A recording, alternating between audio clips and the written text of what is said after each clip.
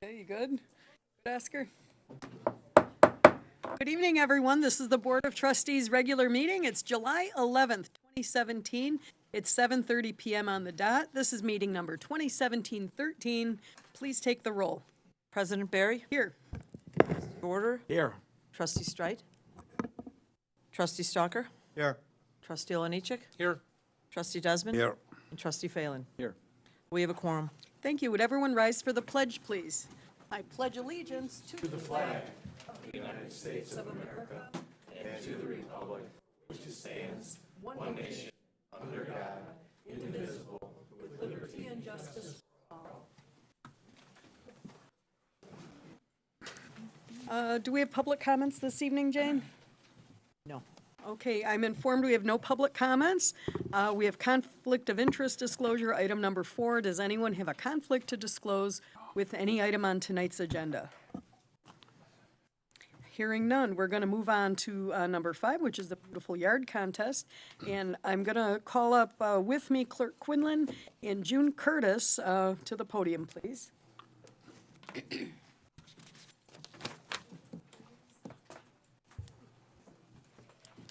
Good morning, or good afternoon, or good evening, whichever it is. I'm June Curtis with the Oak Lawn Garden Club, and I'm chairman of the Beautiful Yard Contest. And Janet Reagan right there is my committee guy. Come on, get introduced, because we're going to take your picture anyway. And then Dolly Mittler there is our photographer. Gardens are judged on outstanding beauty, design, and neatness. Our motto is personality, not perfection. Now, Mayor Burry is going to be presenting the gift certificates, and I will be giving them the gift cards. Sonoras has given us first place, $60. Busy Bee has given us second place, $50. And our own Jane Quinlan has contributed third place for $40. So do you want to announce their names? Oops. Bend, I can't. Thank you, June. I just want to say how much we appreciate all you do and the Garden Club does to make it beautiful. You make a big difference. So I'm honored to announce our third place winner, Mr. David Cesario. David, congratulations.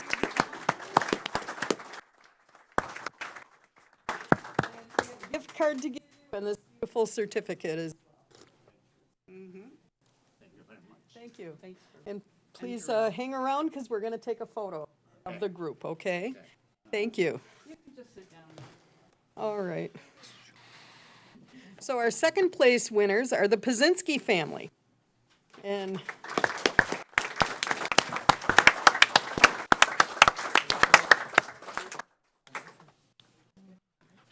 thank you so much for making Oak Lawn more beautiful. Thank you, and we'll be taking a photo shortly.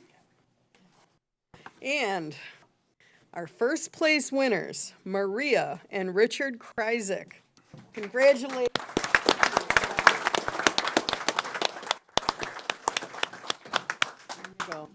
We're just so appreciative of all you do. Thank you very much. And Jane, do you want to say anything? Just that, as an honorary member of the Garden Club, I can't tell you how much we appreciate all the work everybody puts in, and especially these people that run for the contest. I did get a chance to stop at the Kryzeks. Well, I could still be there today. It was such a beautiful backyard, so thank you. And I drive by this house every day when I go to work, and you would never imagine how beautiful their backyard is. So thanks to everybody. Thank you. We're going to take a photo. Do you want us across the front? Where do you want us? We have to be kind of quick. Right here? Okay. Let's get our first place winners close here. And we'll be behind. Second place right here. And third place over there. Will we all fit? We're good. Good. I don't know. You guys. You get in with them. Okay. You're the mayor. That's what I'm telling. I'm fine. Can you get us? Dolly? Can you get all of us?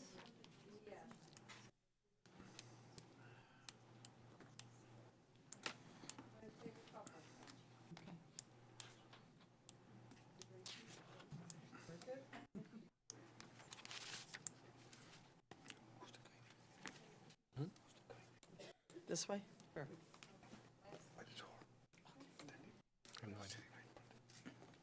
Thank you. Thank you very much.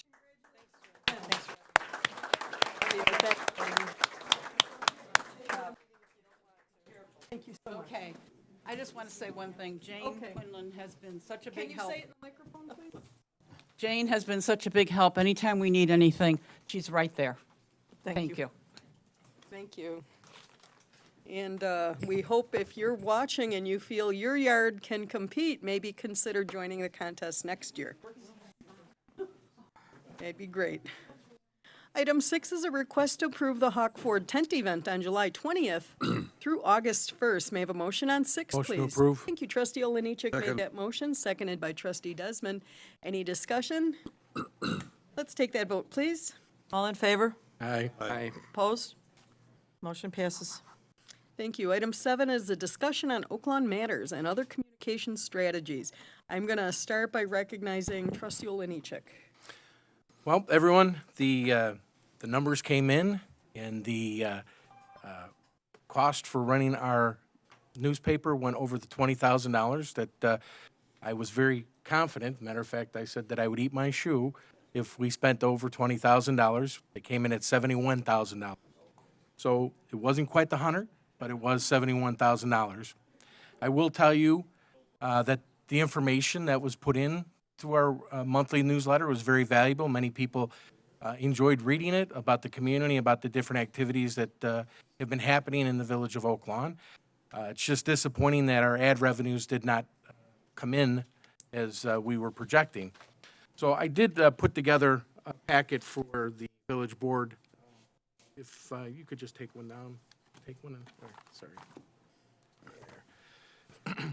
And basically, it's what I'm proposing is to replace our current monthly newspaper with a triannual, full-color, glossy booklet that provides more pertinent and important information to our residents on better quality paper that is easier to read and delivered by the post office. Basically, the newsletter should pay for itself. That's zero taxpayer dollars. What I'm proposing is that we have a spring, fall, and holiday edition. It'd be a 16-page, 8.5 by 11 full-color booklet, 100% gloss. We'd be sending about 24,500 out, and this is with setup, everything. Cost would be $13,250. And I did ask Trustee Phelan for help with getting quotes from printers and designers, and we were able to get this information. And by just selling 13 ads, we should be able to recoup the cost of putting this out on a quarterly basis. So this is what my design would look like, and I'm sure people have seen many different newsletters that have gone out, but at zero cost to the taxpayers. I do believe that 3 times a year, it's important to get specific information out about garbage pickup, when your your yard waste is picked up, when we're going to be starting programs like the senior snow shoveling, when there's going to be yard work, or not yard work, but infrastructure work that's being done in the village. But when you look at spending $71,000 and the actual cost of running that, looks like it increases as time goes on because the net revenues for the ads have not come through. So I know other people have a couple of words to say. I do have my fork and my knife, and my fork. Steve, can I have my shoe? No. My doctor advised me against leather. He said it's really bad for your diet, so. Just don't choke. Oh, that's difficult enough now. Bob, Floorshine shoes. What size is that, say? 10 triple E. 10 triple E. And this will be the shoe that I am eating. Take the glasses off. So, it's tough eating humble pie. I felt very comfortable that we would make it. We didn't, but I'm still not embarrassed by the information that was put out to the residents because it is useful. And I do think that by switching to a quarterly newspaper or every 4 months, I think that we will do far better and it will pay for itself. Would you like a picture of it? I know we have someone from the paper. And if anybody would like a piece of my shoe, please come forward. I do have plates if you'd like some. Taker in the back. You don't know what you're getting into. Would you like some, Bob? No, I don't think so. Thank you. It's a nice shoe. Isn't it? Very nice. Pleasure. After all this, you better take a bite. I have the plates and. Are you gonna cut pieces for us? Anybody would like a piece, I have enough. Sure, I got my coffee. I never say no to, But in all sincerity, it's tough making decisions when you think that they're right. It wasn't quite $100,000, but it wasn't 20,000. So I will eat my shoe.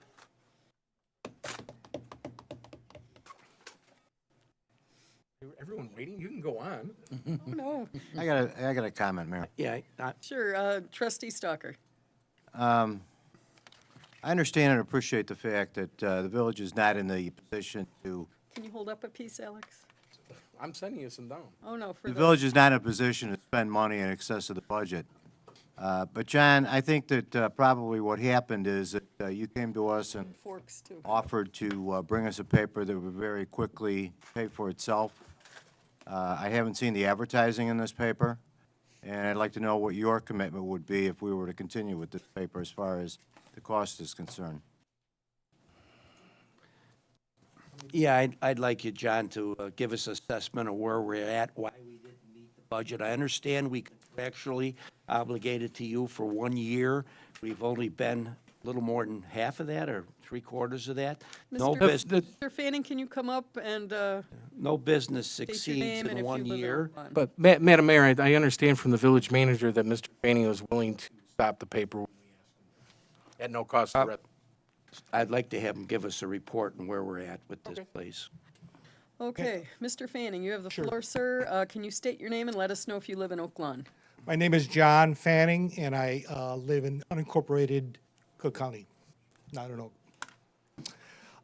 And I own Fanning Communications and we publish about 5 magazines and 3 newspapers, one of them being Oak Lawn Matters. As far as Oak Lawn Matters is concerned, I'm actually very pleased where we are right now.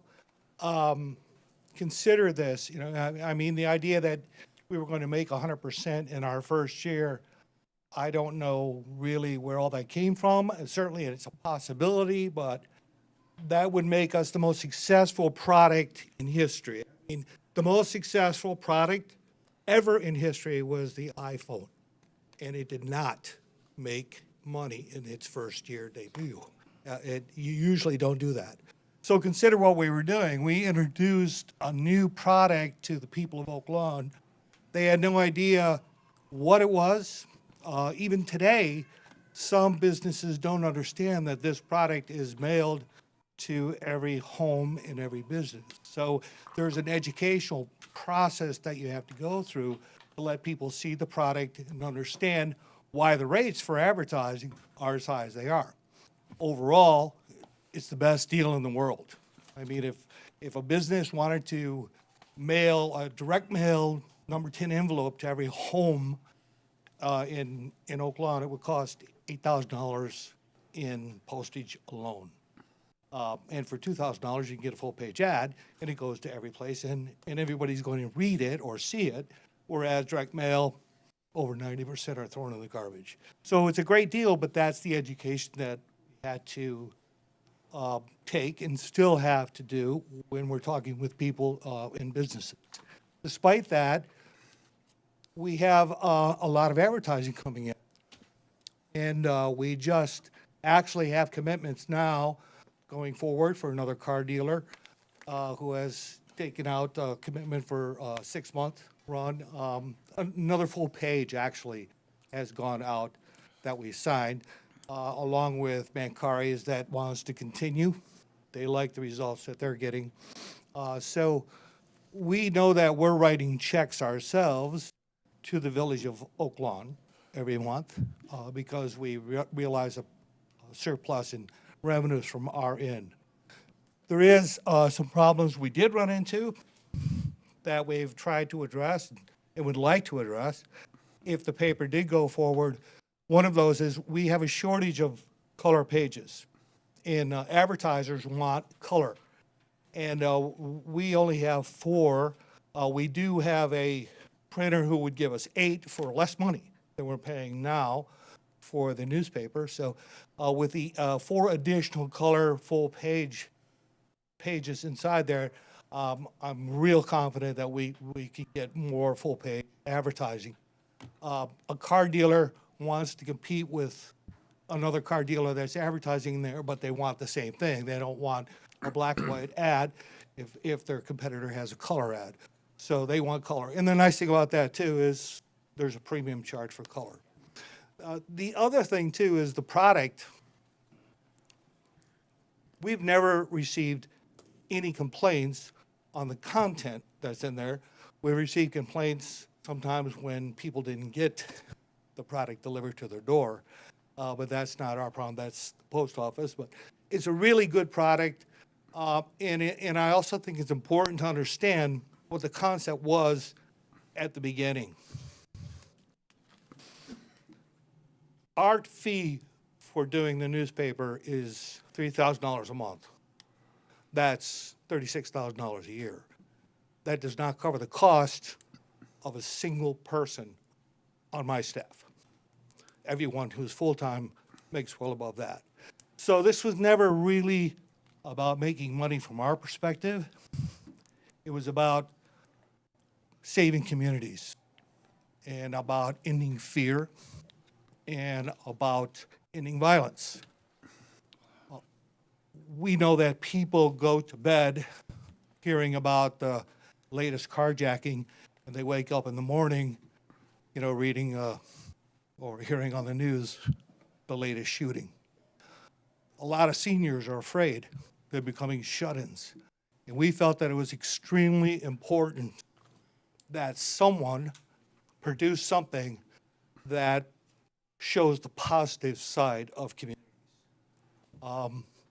Show the seniors what they have and what there is, what community activities there are for the seniors. Talk about Eagle Scouts, not gangbangers. We don't compete against the mainstream press in doing that.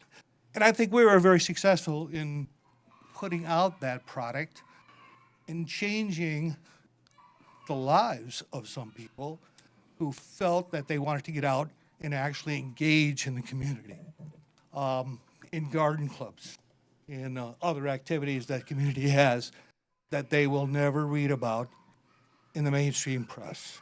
So, Mr. Feening, I understand and agree with all you've said, but you made a commitment to us some time ago to bring this paper to a cost-neutral status, and I'd like to hear what you're offering in that direction to try to make this paper pay for itself. well, I already know from the commitments that we received from advertisers that we've increased well over 50% as far as the costs are concerned. I think with a couple of changes, including the change in the color, that you absolutely will break even. And when will that occur? In your best estimate? I think it would occur in the second year. All right, you've just heard a proposal from a trustee to cut your paper down to a fourth of what it is now, or publish a paper that's a fourth of what it is now. It sounds to me like you need to put your pencil on paper and to come up with some suggestions and some guarantees, or at least strong suggestions as to what you can do and how to make this paper cost neutral to Oak Lawn. I would like to continue to have it published in the way it is today. And if there's something standing in your way, like the printer or the number of color pages, rather than waiting until we ran up a large bill, probably would have been a good idea to make those suggestions a little earlier. I'm all for it, all right? But I need some commitment. I personally need some commitments, and I'll wait for the other trustees to comment. Madam Mayor, Trustee Phelan. I wasn't on the board when this decision was made, so, I don't have a dog in the fight, so to speak. But I think, a lot, what you said, John, nobody can dispute that. But from a core competency perspective, we're a municipal government. We're not a newspaper service. I mean, those comments were made back when this was debated. I disagree. I don't think it's a good product. The papers, and again, I don't mean to say it's your fault. It's hard to read. It's poor quality printing. It's so wordy that, and I'm only 51 years old, I have difficulty reading it. It's so compact, it's condensed, but the bigger issue is the state government that just passed their budget, I think it's taking $1.2 million away from us. Potentially. Potentially, between sales taxes and road, LGDF. yeah, the road funds. So we don't have the luxury of, in my opinion, betting on the calm, maybe 4 more color pages would change it. I think the number one way we determine whether this has value for advertisers is the advertising dollars, and the trend was terrible. You know, short of, I think the last I looked at it, there was 1 advertiser left. The trend was this way. And I think we have to be realistic in saying, the only people that can tell us, certainly people can say, hey, I like it because absent something else, they're gonna like it. But we see in the paper content about the local state rep or the congressman or the park district or the school boards, all great information, but we're carrying the entire burden there. And one of the things that Alex talked about is, you know, depending on the issue, and this is not something new, this is back, we did this back in 2005, 6, 7, and built up the advertising to the point where it was almost paying for itself and didn't do a lot of work. You know, selling ads for 3 issues is a lot easier than selling ads every month. I think you can appreciate that. But more importantly, when we, the village, is underwriting all of the advertising for Park District and everything else, it's not fair. You know, people are getting their tax bills now and they're like, oh my God, I got 10 emails saying, how do I appeal these? What are the deadlines? And, you know, and I wasn't on the board the last 4 years that the sitting members here were able to reduce taxes 2 or 3 times and held the line 4 times. So from a budget perspective, this is a lot of money. And, you know, I disagree with the idea of, you know, giving it some more time because I don't know there's a learning curve. A year is a long time. Businesses in this town have been getting this for, I think, a year, 12, 11 months, something to that effect. If they haven't been educated yet, I thought that was part of your deal, your sales force going out and educating. I don't mean to be critical of that, but I don't see anything really dramatically changing that's going to change the metrics here of the money. And again, if we, based on this, which I realize now the pages are all in reverse order, but, you know, village-related matters that are important to people, that's what we are responsible for. Not for newspapers and promoting other organizations, not when we're facing the budgets that we're going to be facing. And I remember Brian telling me before our management meeting when I first was elected, the next 2 budgets are going to be really difficult, right, Brian, based on bond payments and everything else. And that was before we just got hit over the head from the state. So, you know, I, for one, I tend to be more frugal than most. Some people say cheap, but that's okay. This, to me, is an extravagance that I don't think we can. Thank you, Tom. Mayor, I Trustee just, Mulder. a lot of good, intelligent conversation is taking place here. I do see a value in selling this community. Every major business sells their product, and I like to sell the Village of Oak Lawn. In the day of social media, there's so much negativity out there. Last campaign was an example. I think it's important that monthly we sell this village in a positive manner. We can argue about content, we can argue about the quality of the printing, but every month somebody gets a newspaper in their mailbox telling about all the positive things going on in this town. That's a good thing. Sometimes I sit in front of my TV and I watch 10 Coca-Cola commercials in 20 minutes. Why do they do that? Because they're selling their product. I think this publication sells the Village of Oak Lawn, and I see a value to that. Now, we can tweak it, but I certainly do like the monthly concept. I like it in my mailbox. I've gotten more positive comments on this newspaper than anything in my 6 years as trustee, so I just wanted to add my 2 cents to the conversation. Thank you. Madam Mayor, can I add a couple of things? Sure. And again, this was something that when we first went into it, we thought that we could piggyback on getting ad revenues or getting some type of cost deferred by partnering with the school districts, which I've seen none, the library, which I've seen none, and, I mean, you could go down the line after you got the school district, the library, the park district, because in these times, what I envision of this is by being able to do, and if you look at it, the library prints their own newsletter, the school districts print their own newsletter, and the park district prints their own newsletter. And my simple concept was if we could get everybody corralled, it's all taxpayer money, and be able to start bringing that into one, because it's all coming out of our taxpayers' pockets, the advertising budget and the budget too. And I agree that we need to promote this village on a daily basis. But, you know, as my son was watching me prepare for this meeting, he said, "Dad, why did you bet on print? Anybody could tell you that print's going." I hate to say it. And you need to start looking at other ways of getting that information out there. And that's the nice thing about the newsletter. It would be, we'd have the ability to create an email database for people to get it so that they could get it into their email database, and we still would be able to mail it until we were able to cross-reference who's got email and who's got regular snail mail, and then we'd be able to, because if you look at it, one of the biggest costs is the cost of postage to put that out there. So I think it was an experiment. I think that, and I hope, Mr. Faney, you don't think that I thought that it wasn't going to cost anything. That's why I clearly said $20,000, and that was based off of the information that was provided for us prior to the vote on the meeting, that there would be upfront costs, there would be certain things to build your base. And I got to tell you, when you do a deep dive and an analysis, the ad revenues did, as Trustee Phelan said, they just continued to slide. And that's why I'm not a newspaper person. That's why we hired you, and we wanted to use your expertise to build this thing. And it just didn't happen. And I can't respectively continue on when I got residents, the same residents, that are concerned about infrastructure improvements where we could put that money at. And we also have to take a look at this budget is going to be extremely tough coming up. And that's why I would ask, based off of what the village manager said, that the July issue be the last issue. And I would appreciate that, Mr. Fanning, you said that you would allow us to sunset with the July issue if that was the board. And I appreciate that because you're not making us pay out the whole contract. And that speaks volume of you and your company and what you stand for. Thank you. Any other comments from this side of the table before I make a few comments? Trustee Olenichek, I really want to thank you for putting so much work into this concept. My questions are with it. I don't know if 3 times a year is enough. I don't know if monthly is too much. I don't know. That's something for us all to decide.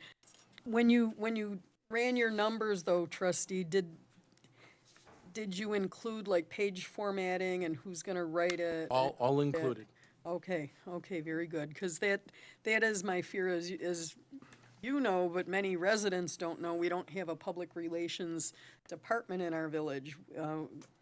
We would rather put the money for our police officers and our first responders and, pay our pensions and debt and that kind of thing. So I can say when I was knocking on doors, and I knocked on, probably, I don't know, quite a few, universally one of the most positive comments I heard was on the newspaper. Residents do love it, especially our seniors. They really, really appreciate getting that positive news. My concern with this format is, will we be able to highlight the good work of our kids, of our residents? And, Absolutely. that's important, I think at $71,000 and continuing, actually the run cost in the last 4 months continued to increase. We're almost at, I hate to say it, the $100,000 if the run costs would have continued going the way that they were going. And the nice thing is it gives the mayor and the trustees and the village clerk and the village manager the ability to put a blurb out about what they're working on and what's going on. I mean, it's just a fully functional ability to get the message in, and it is the ability for us as a village to go ahead and market ourselves on. So, I guess what I would like to discuss and open it up is, what frequency should we be doing? Should it be Oak Lawn Matter? Should it be this concept before you? And should it be something, if the biggest cost is postage, that we just drop off in supermarkets and stuff? I don't know. I think to do nothing and not communicate is a problem. So, you know, Mayor, we have two competing theories here, and I think that it's good to have the argument, but I think really what we have to do is, there've been some numbers put to paper, and, let's verify these numbers, let's make sure that they're correct. Let Mr. Fanning come up with a proposal, and then we'll have something concrete to discuss. okay, how do people feel about that? I support that. Okay. I disagree. I If it's I gonna think we, result I in- think we, I think we Gonna need. let Tom finish, Yeah. then Alex. You know, at some point, you see numbers here. Yeah, you can say we need to prove them out. We haven't seen numbers here. We've heard promises of 4 more pages and color. These are vacuous, they're not detailed. No offense if you were coming here to kind of save the product. I was hoping you'd have more, to Trustee Stalker's point. Here's what we're gonna do. Here's the action plan. We're gonna reduce, we're gonna increase.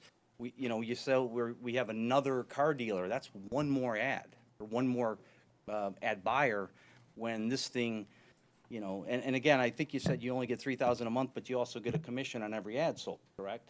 So I want to be as transparent as possible about all the competing elements here, and why people think it's important and not. And certainly people who think it's a valuable thing, when it's compared to nothing, it's valuable. But we have two options here. I think it's important that, we especially, Trustee Olnichek said, we have time to get this out in advance of Fall on the Green. Now, I saw one just hit today, so maybe that's not necessary. And that's how this thing sprung up back in 2005 or 6. It was a summer issue that turned into 3 issues. But I don't think kicking the can down the road is a smart move here, because we don't have, realistic or detailed projections about changes other than, 4 more color pages. I don't see that being the issue. Well, if Mr. Fanning had this feedback from us 4 months ago, or even 60 days ago, he might have had a chance to respond. I don't know if we gave him that feedback. I mean, clearly, sir, you knew we wanted it to pay for itself, but, Madam Mayor, yeah. that's the whole point, is he's the professional that should have been doing a detailed analysis, should have been coming to us, and should have been saying, instead of the ads decreasing, what your plan was to increase the ads. Just like you said here, coming to this meeting kept us informed on what you were doing to bring this forward to reduce the actual cost of it. And quite frankly, I didn't see that. This is the first that you've come before the board since our meeting, which we had over a year ago. And I think it's at this point, we need to stop the bleeding, understand that we tried it, it didn't work, and move on with another option. But at least, let, Mr. Fanning go through in his, he's a man of his word. He said that the July issue would be the last issue, which is hit the streets. And that way we can regroup, and, I think we could get another publication out before Fall on the Green or soon after Fall on the Green to talk about what's going on in fall and winter, but at least stop the cost to the residents of the village of. I'd kind of like other trustees to weigh in who haven't yet. Would anyone who hasn't spoken have anything to add to this conversation? I will. Okay. I've had quite a few comments from younger people in the village that, one said to me, what are you doing? You're going backwards with this, like Alex kind of alluded to. And I started, this person said, this is taxpayer money. And I remember, Tom, Alex, back in the day, when we did get the first newsletter going, my office tried to get the ads. We had Meg working on the ads, and I'll tell you, she did a real nice job. She worked very hard. It was like pulling teeth. And I was leery of this, I'll be honest with you. You guys know my feelings on this. And I'm thinking of our taxpayers. We're supposed to protect taxpayers' money. You guys are the board. And I have to say, I agree with Tom Phelan. I do. So I'm just giving you I'm hearing the feedback. Thanks. Trustee Desmond. Yeah, I think the concept a year ago was a good one. Personally, I like the feel of a newspaper in my hand to read it. But in this modern day and age, there should be a social media presence as well, and we didn't get that. And I thought when we started this a year ago that there would be a social media presence to go along with the paper one. And you know, I think it's important to get the message from the village out to people. You know, I think what we're debating here is how we do that in the most efficient way. Right. Thank you. I have one. Yes, trustee Straight, though, you haven't weighed in? Well, obviously, I was opposed to this idea a year ago, and I don't want to sit up here and, you know, really gloat about it, because it was a bad idea, but. It was a good idea, it just went over on the cost. I mean, we got information. So, Well, but the print media, I think everybody knows that, you know, the print media days are behind us. And, you know, today it is all electronic media. We have a website, we have social media, we have, the night, what I thought was kind of ironic is the night we were telling the public that we need a publication to get our message out, we had 6 reporters sitting up here who get our message out every day or every week. And so I never agreed with that. We didn't need another forum to get our message out. And, you know, I don't want to necessarily get into being critical of why we did it or anything like that. I think it was an experiment that it didn't go well, and I think it's time that it ends. okay, You're thank you. correct, it was an experiment that failed. Trustee Vorder, Achieved its. Yeah, this looks awful familiar. This was a publication concept that actually started back in the coalition days, I believe, before any of us sat on this board. And it was done away with, I believe, by the Fowling Board. I think, Alex, you were there. No, we didn't do away with There, it. and it was done away with because it didn't make any money then either. No, Budget. it was done away with Budget before we issue. got Cost this. money. 2008, we were laying off employees. That was one of the Well, things. it was But it about was- a $90,000. Yes, not, yeah, we were spending $100,000 then. No. In fact, it was roughly 20 an issue, that now is now 13, and we began to get revenues when the crater fell out. And there's no way we could have justified keeping it while we're talking about laying off safety personnel. So it was not a $100,000 expenditure. No. Yes. These have they've never been net profitable. Yeah, Just to make, it was never the goal. Right. they've never been able to. Not the goal, it's the goal selling the town. But that was what was promised here. I watched the meeting back in the day, and I was kind of fascinated to hear that, you know, this will, you know, I don't want to put words in your mouth, Mr. Fanning, but there was implications about the village could actually make money, net positive revenues. That was, I didn't imagine that. I was fascinated by it. So I Okay. think a poor execution of a good idea. So we have quite a few mixed feelings on the board. Everyone's very passionate about it, and you know, I just want to say, you know, the people who speak negatively against print, I can tell you, our senior population feels otherwise. I talked to them personally. They really, really appreciate having something to hold in the hand. One thing, no matter what we decide, I'm going to ask you all to commit to better communications with our residents. I really feel frustrated. Just basic facts, we can put it out on social media 40 times. We can announce it at a board meeting. We can put it on the village marquee. We can do, and it's very, very hard for people to get the information no matter what we're doing. And, you know, whatever we do, our goal should be to improve communication, make it easier for residents. And, you know, I think my feedback, my only big criticism of this, I think it should be at minimum quarterly and probably every 2 months or something like that if we commit to it. But, Well, my only thing that I wanted to make sure is that I said that it wouldn't cost more than $20,000. It did. It certainly didn't cost $100,000, but it was $71,000 that could be used better. I believe that it's prudent for us as a board at this point to take Mr. Manning at his word, cease print of the monthly paper until we come back with a better put together or developed newsprint to get the word out there. But I'm just putting ideas out there. But I will tell you that, you know, when we're spending that much money, we need to reevaluate it. And as Jane said, our clerk said, you know, it's taxpayer money, and I hold that very near and dear to my heart that I'm responsible for that. And this decision was not a good decision, and we need to stop it. so are folks ready to vote on that? Do you want to have opportunity? I'll make a motion to cease print of the, or break our contract with Fanning and cease the monthly printing of Oak Lawn Matters. Second. Okay, so we have a motion by trustee Oliniechek, a second by trustee Straight.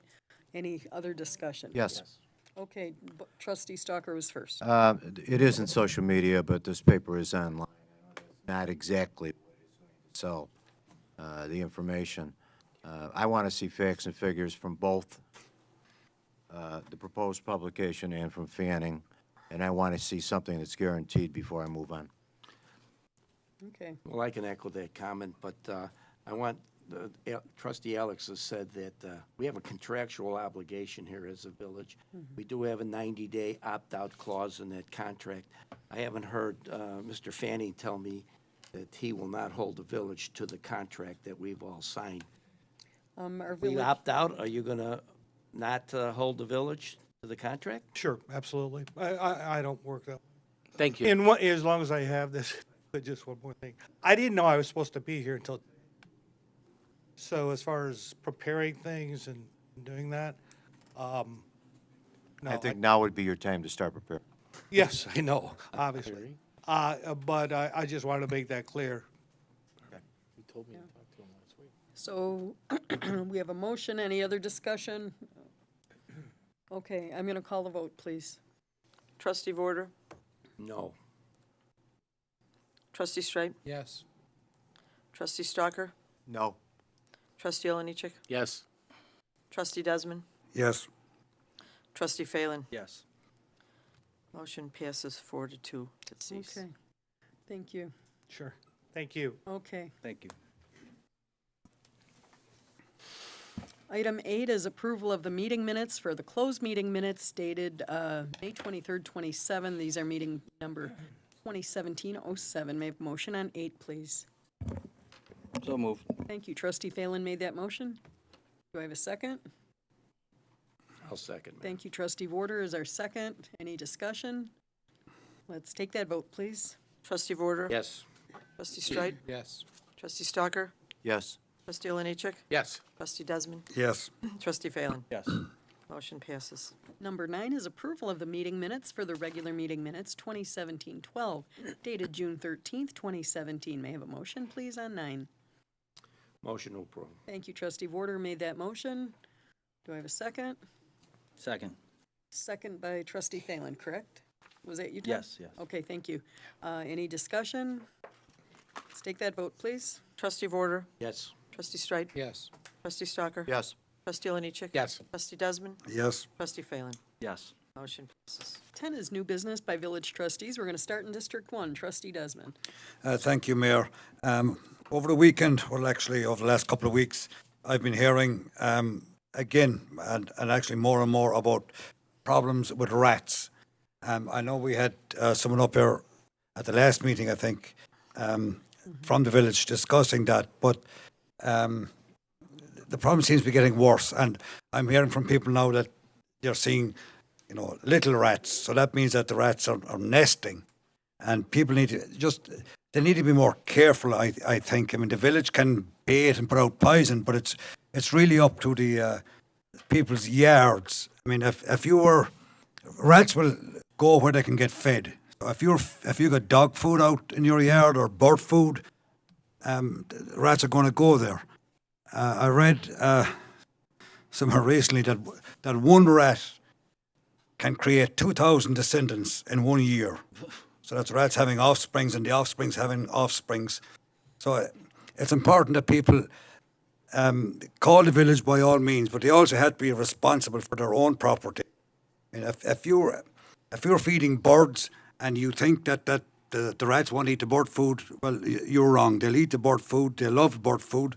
They love dog poop. This has been repeated over and over, and I still getting calls from people, and they've bird feeders full of bird food.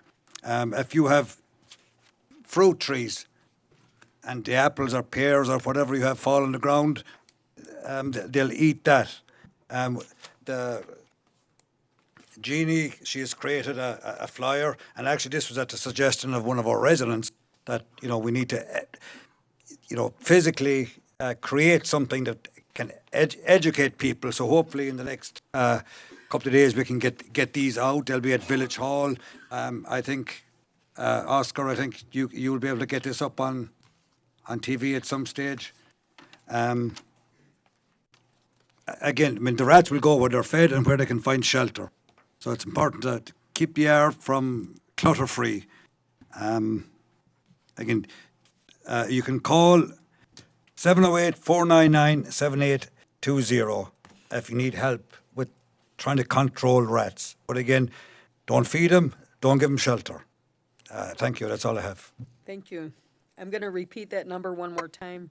That was 499-7820. And that's to our village property maintenance department, Tim? Correct. So they can, Property maintenance, environmental health services. thank you.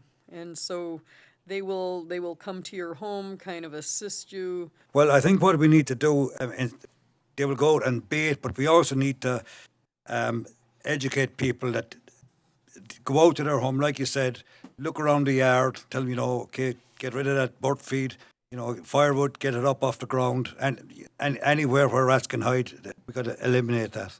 Thank you, Tim. Very good. District 2. Just a couple of things.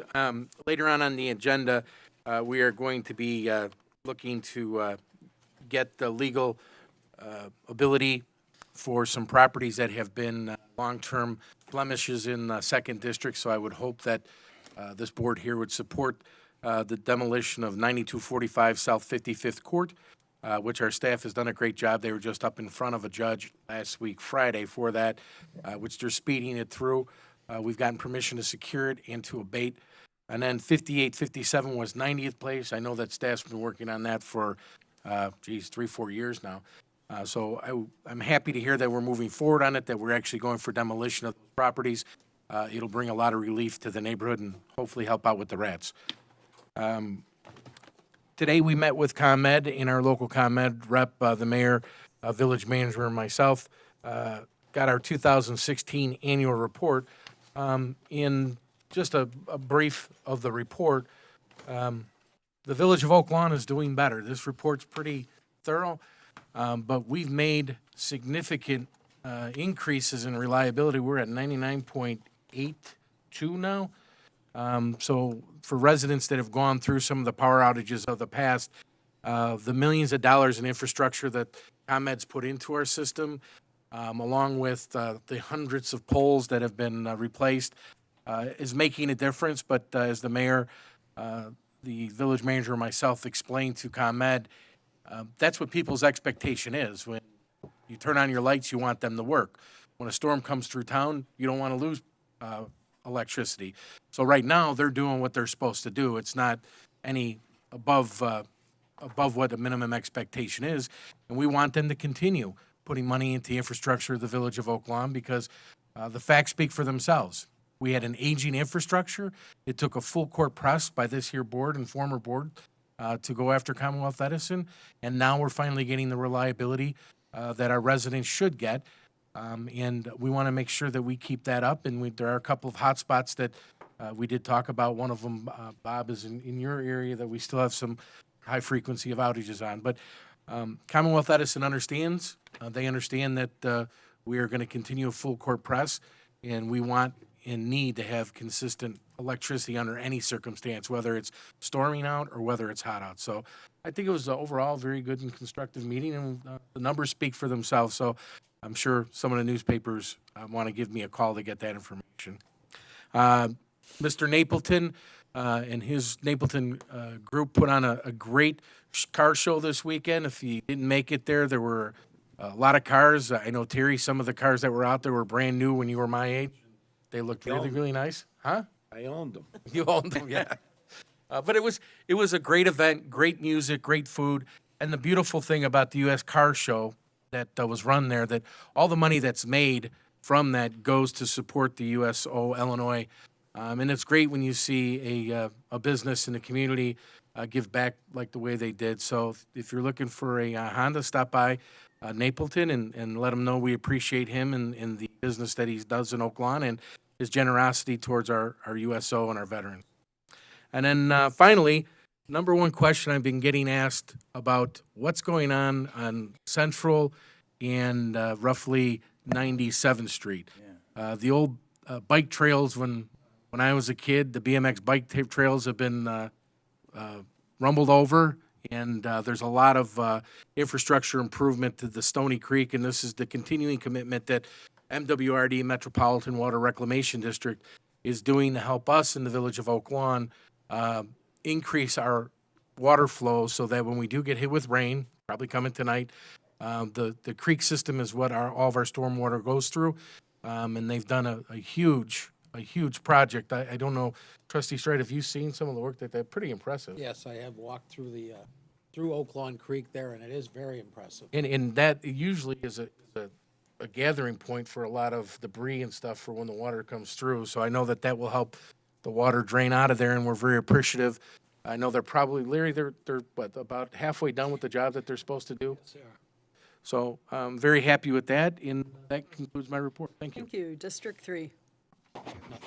Thank you. District 4. I have nothing, Mayor. District 5. I have nothing at this time, thank you. And District 6. Thank you, Mayor. Just one thing, I referenced earlier the real estate tax bills that people are getting in the mail. And again, I've received at least 10 people saying, what do I do? How do I appeal? What happened, et cetera. And I'm reminded of a time when I first sat on the board, 2008, 9, something along those lines. We had a board review member come to the board meeting. These are the people that review the appeals. And he stood here and he was adamant that everybody go appeal their taxes. He was pounding the table, and, Worth Township, you can go there, you go online, you go. And I'd asked him a question. I said, well, what percentage of appeals result in a reduction? He said something like 75%. And I said to him, then obviously the system's screwed up. Why don't you fix the system instead of making people go and do the appeal? And the reason is cynically obvious, because they know most people won't do it. So I'm here to bang the table. It is amazing how many people do have their taxes reduced. The people in Worth Township, I don't want to say, mostly they're women, do a great job. These older ladies, they know how to do it. They can give you comps with what you need.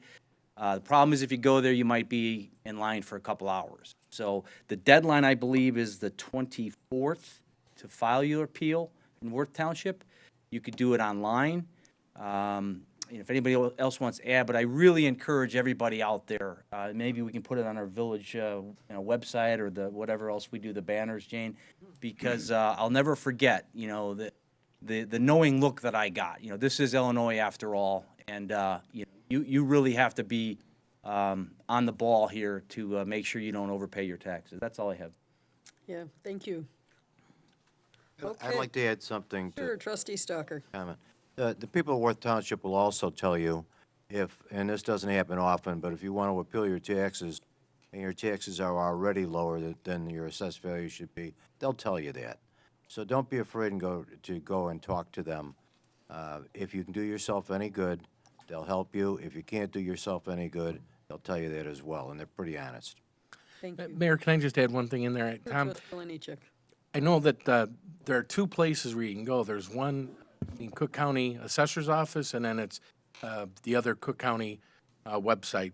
We'll get that information out, but there's actually two appeals that are going on right now, I believe. One is for your property tax, and the other one's for your triennial assessment. So we can get that information, Jane. If we get that to you, the different websites, we can get that out on the board. That'd be great. Thank you. And Mayor, if I could, I'd like to piggyback on Tom's report, and by saying that while it's great that we can appeal our taxes,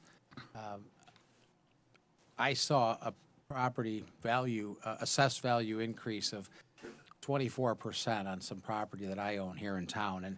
And it's very discouraging because I checked on other properties that are comparable and looked at the assessed value of those. And the problem is that the properties are selling at considerably less than what they're assessed at. I think that's a problem throughout the area. I mean, I think we're, I'd like to do something about that, because it's really unfair for us to be, to get a 24% increase and then, actually not be able to get that money if you wanted to sell your house or your business. So and I know the Tribune has been looking at the whole issue of assessing property, and they're pretty much saying that, you know, that's a very flawed process.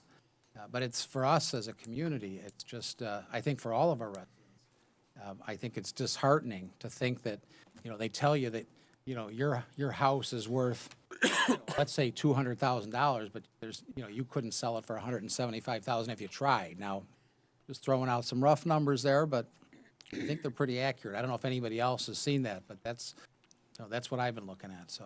Thank you. Okay, we're going to move on to item 11, Village Manager's Report. Larry? Thank you, Mayor. I would be remiss if I didn't tell you I wasn't depressed listening to this discussion. And it has to do with the entire state of Illinois, has to do with the budget that was passed, it has to do with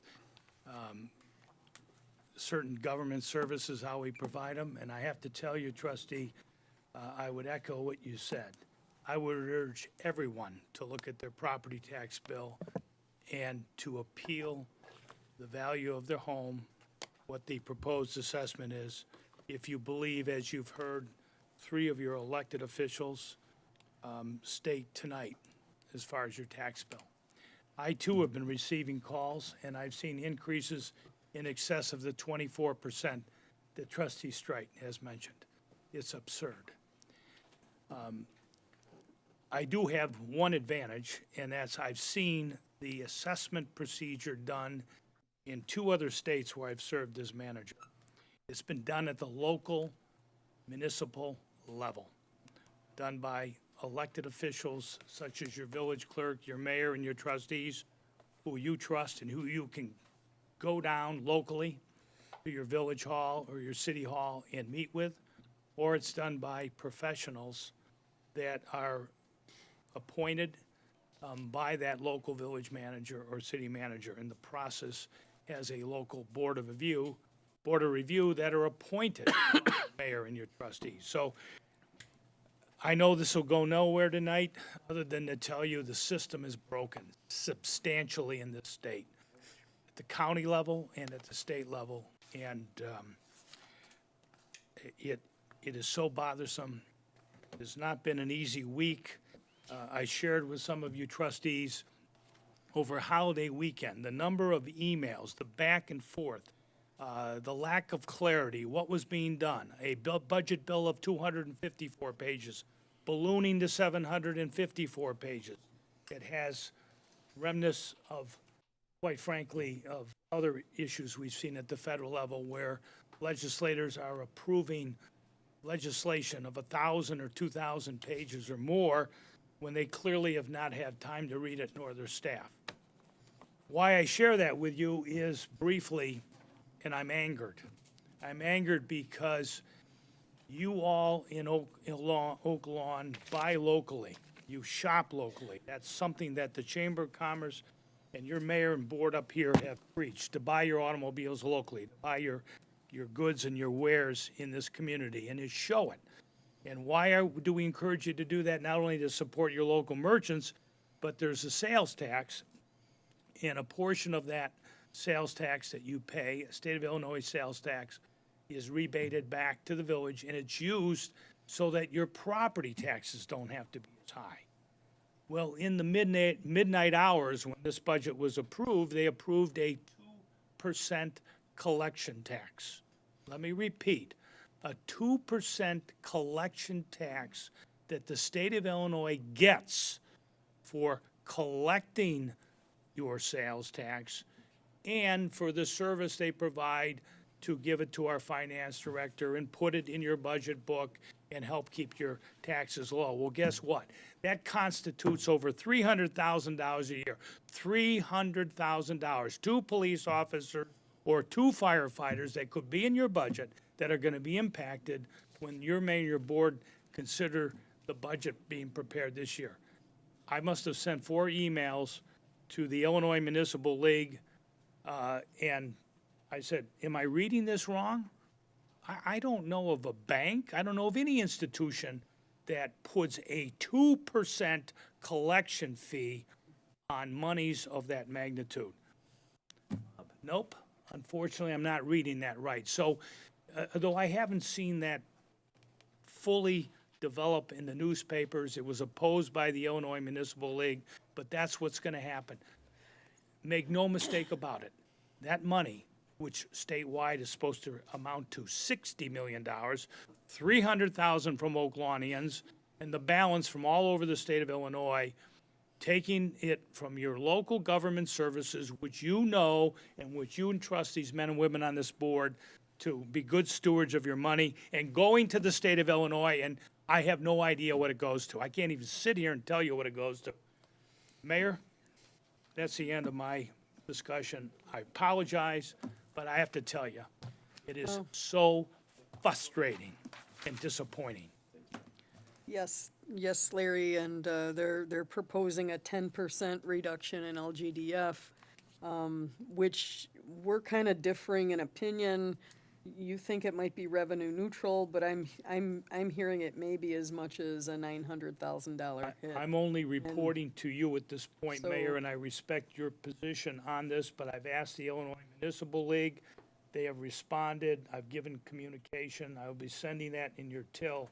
They're saying that it will be revenue neutral for the 2017 year. In the next 2 years, it will be also no reduction. However, that is a swing of $1 million over and above the I'm hearing a 300,000 10% if it goes reduction wrong. across the board, and, yeah, it's very confusing and certainly very frustrating. You know, this board, I'm very proud of, made the tough decisions to reduce some of the structural issues that cause us to hemorrhage money. And we saw that again tonight with Oak Lawn Matters, something we might love, but, you know, we have to make the tough choices, keep those numbers in line. And it's very frustrating to see these things happening without that structural fix. Very, very frustrating. So thank you for your report, Larry.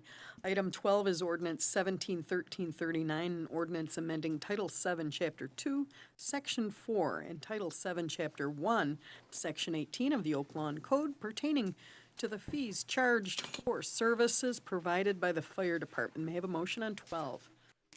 Motion to approve. Thank you. Trustee Olenichek made that motion. Second. Seconded by Trustee Stride. Any discussion? Let's take that vote, please. Trustee Excuse me, Warder? sorry. Got Oh, yes, I'm sorry. thing, Trustee yeah. Dorfman.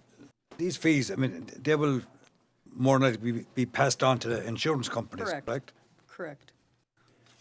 I did have a question. Trustee Phelan? yeah, or as I read- Trustee Porter next. Okay, go Okay. ahead. Me? Everything. Go for it. I do have one question. Is the fire chief here? Larry, this is a flat fee for all services for the fire department rather than staggered. The reason for that, Mr. Trustee, is this village, since I'm going to say 2008, 2010, that era, made a decision that we will no longer provide a lesser service called basic life support. We will provide only the highest level of life support through our paramedic firefighters. That's called advanced life support. Right. So to have a tiered fee, when that's the only service we provide, made no sense to our fire chief, George Sheets. I concur with him. We presented to you a flat fee because we only provide one service, that is advanced life support. I understand that, but the fee is now $1,700 if an ambulance comes to your house.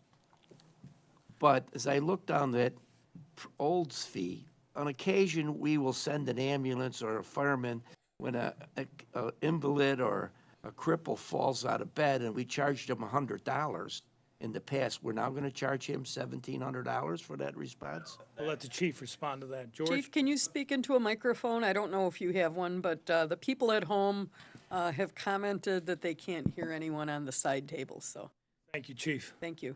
Trustee Vorder, just to answer your question, that will remain the same. The $100 fee for the envelope, this will remain the same. However, on an annual basis, we review our fee structure for ambulance calls. And this is simply a mandate from our medical control director through Christ Hospital that we send 2 fully certified paramedics to every call. We have no choice in that matter. This is mandated by our medical control director, and we send those individuals. We pay for a fully stocked ambulance. We pay for a full advanced life support equipment. So rather than have a three-tier system, we would like to go to a one-tier system, or one system where it's a flat rate, no matter if you have a stub toe or if you have full cardiac arrest. This is a trend that's going across the country. I think we're at the forefront of that, and I think that, matter of fact, Chicago Ridge just approved the flat rate last month. So there's a number of other communities like Naperville, Lyle Woodridge, and other communities that are going to this flat rate system. Thank you. So to answer my question, if you fall out of bed and you call for help, it's $1,700. No, That is not correct. Trustee Warder, I said Just that paid $100? if it's an invalid assist, like helping someone out of the bed or someone into the car, that's still a $100 fee. Good. And again, I just want to make sure that the board understands that the village made a decision many, many years ago that we don't charge residents calls. If your Medicare and Medicaid does not cover the additional costs, that's a write-off for the village. So again, when you look at that, there's no additional cost to the citizens of Oak Lawn. Thank you for that clarification, Chief. Thank you, Chief. I have another comment. Yes, trustee Stalker. The 1,700 is the maximum billing amount. That doesn't necessarily mean we always collect it. It's a charge to the insurance company, Medicare, Medicaid, or whoever we're going after for the money. And we're just asking for what we deserve.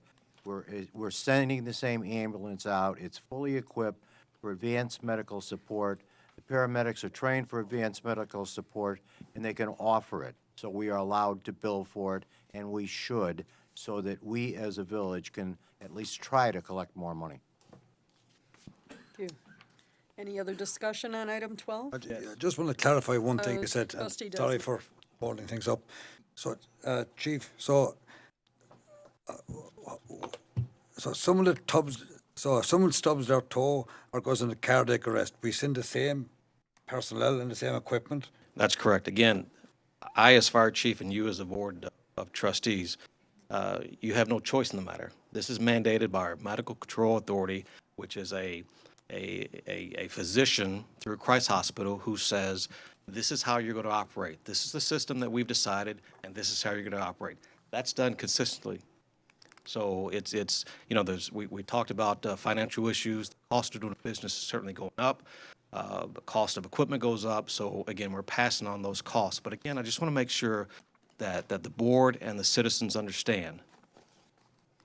The citizens of Oak Lawn do not pay any additional for costs that their insurance companies do not cover. So if we have a $1,700 bill, if your insurance company only pays $1,300, that's it. There's no other money that comes out of a resident's pocket. That's it. So it fluctuates through different types of insurance coverage. But again, that's been in place for many, many years, and I don't see that changing anytime soon. And what about the person that has no insurance?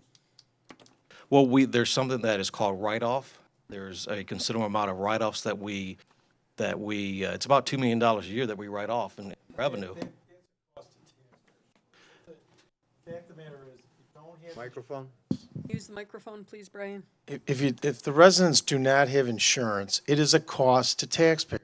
There's basically four groups. There's residents that have insurance, which we bill, as this board knows, the insurance companies. There's non-residents that have insurance.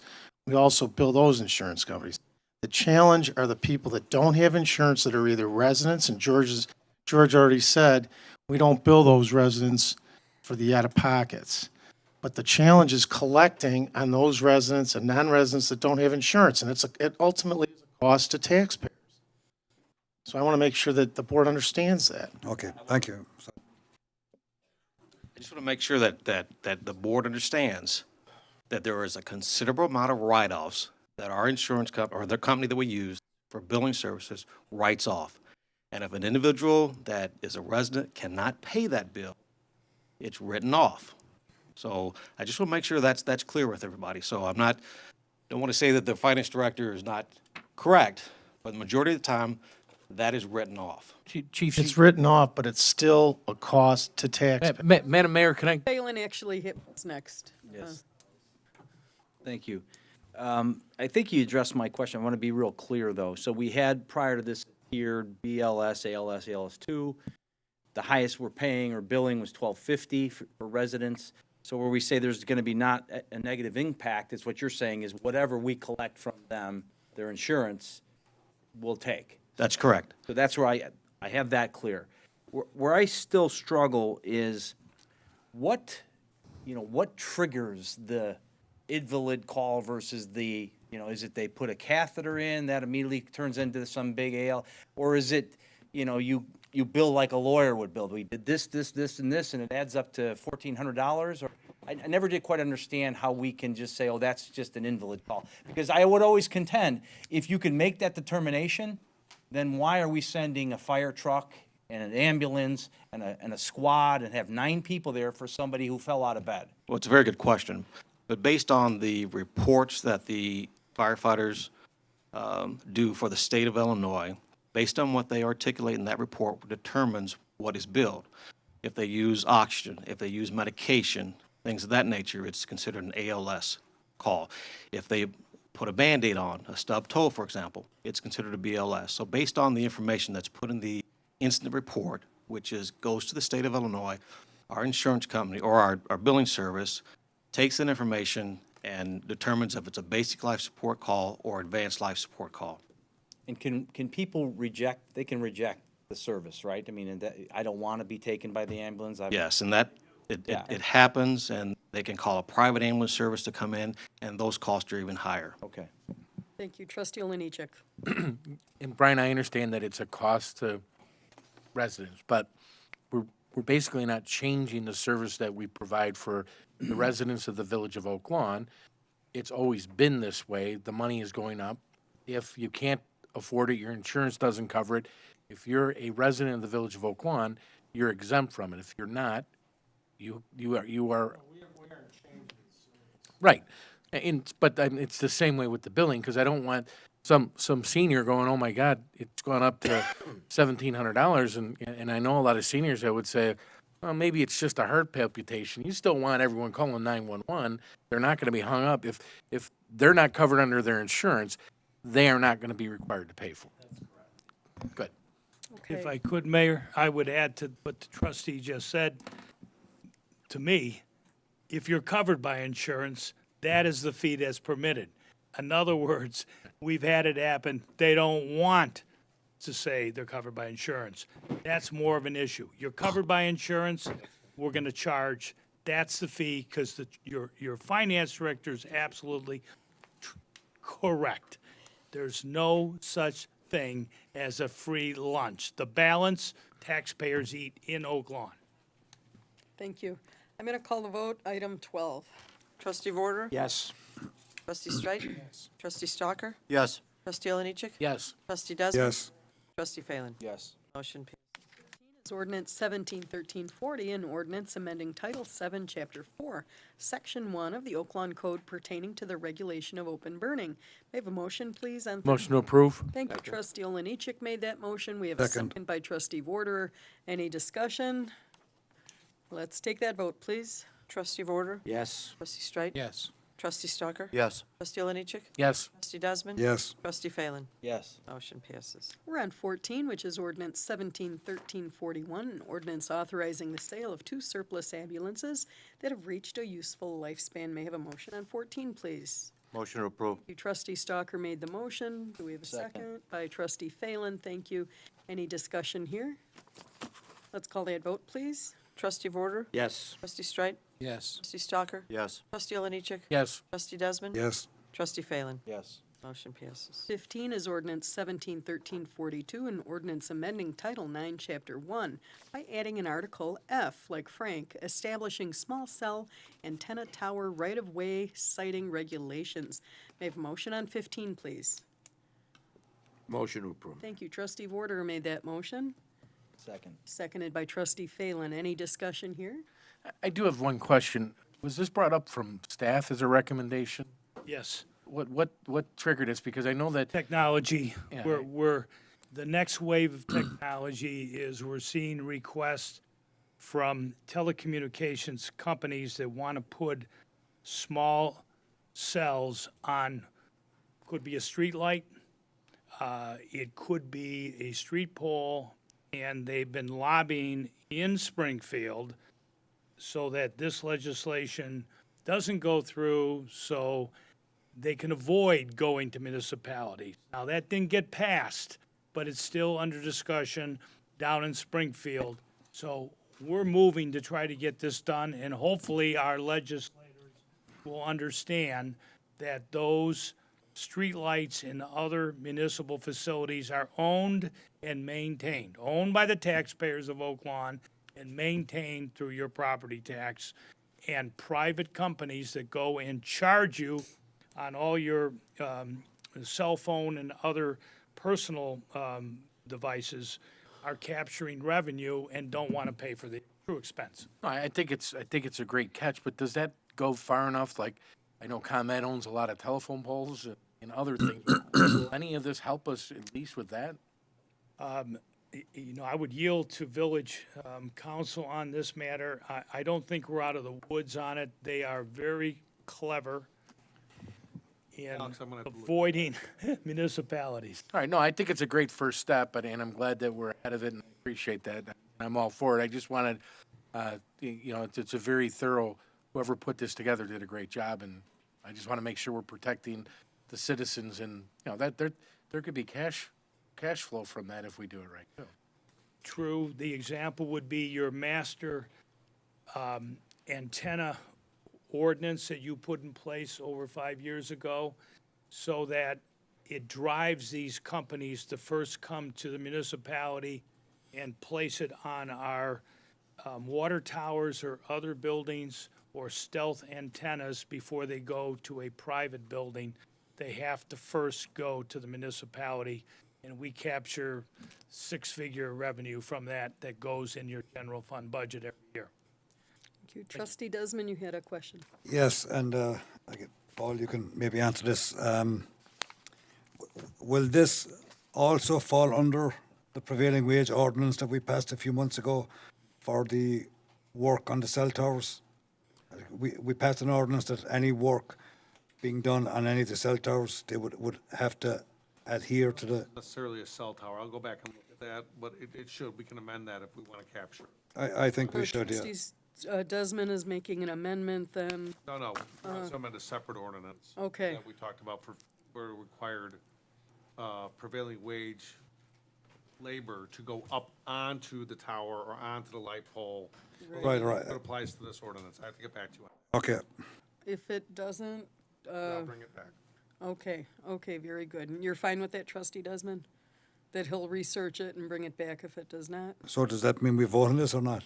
We vote on it today as is, and if it does not, No, this ordinance is fine to go through as proposed. What I'll go back and look at the one that requires a prevailing wage to work on the pole and take a look and see if that covers the street poles as well as, because right now it covers cell the towers. towers and the water tanks. Right. I'll go back and see what would apply here, and if not, I'll bring that ordinance back. Okay.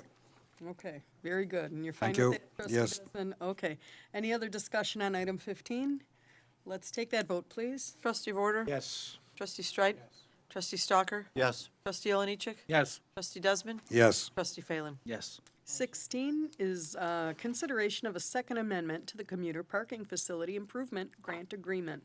May I have a motion on 16, please? Motion to approve. Thank you, Trustee Stalker made that motion. Second. Seconded by Trustee Vorder. Any discussion here? Let's take that vote, please. Trustee Vorder? Yes. Trustee Streit? Yes. Trustee Stalker? Yes. Trustee Oliniechek? Yes. Trustee Desmond? Yes. Trustee Phelan? Yes. Motion passes. Okay, 17, Resolution 171345, a resolution approving the second amendment to the commuter parking facility improvement grant agreement by and between the Village of Oak Lawn and the Commuter Rail Division of the Regional Transportation Authority. May I have a motion on 17, please? Motion to approve. Thank you, Trustee Desmond made that motion. Do I have a second? I will second. Thank you, Trustee Vorder is our second. Any discussion here? Let's call that vote, please. Trustee Vorder? Yes. Trustee Streit? Yes. Trustee Stalker? Yes. Trustee Oliniechek? Yes. Trustee Desmond? Yes. Trustee Phelan? Yes. Motion passes. 18 is Resolution 171346, a resolution approving the reimbursement agreement regarding recent ambulance lease purchase. May I have a motion on 18, please? Motion to approve. Thank you. Trustee Stalker made that motion. Second. Seconded by Trustee Phelan. Any discussion here?